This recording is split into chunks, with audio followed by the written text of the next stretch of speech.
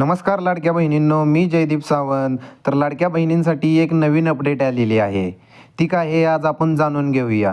तर ज्या लाडक्या बहिणींना पती किंवा वडील नाहीत त्यांच्यासाठी वेबसाईटवर एक नवीन ऑप्शन KYCसाठी उपलब्ध झालेले आहेत.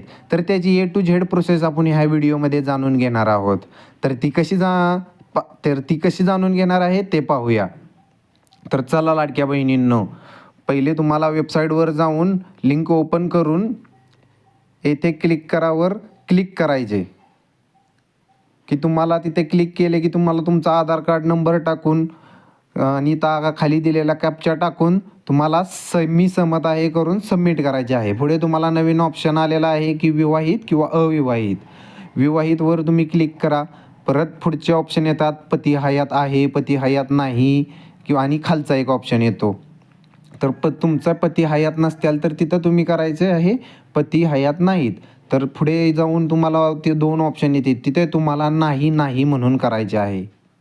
नाही असे पर्याय निवडायचे आहेत आणि खाली 2 तुम्हाला टिप आहेत त्याच्यावर क्लिक बरोबरचं चिन्ह करून घ्यायचं आहे. ते झाले की तुम्हाला सबमिट करायचे आहे आणि सबमिट झाले की तुम्हाला तिथे येईल तुमची KYC यशस्वीरित्या पूर्ण झालेली आहे. तर व्हिडिओ आवडला असेल तर व्हिडिओला लाईक आणि चॅनेलला सबस्क्राईब नक्की करा.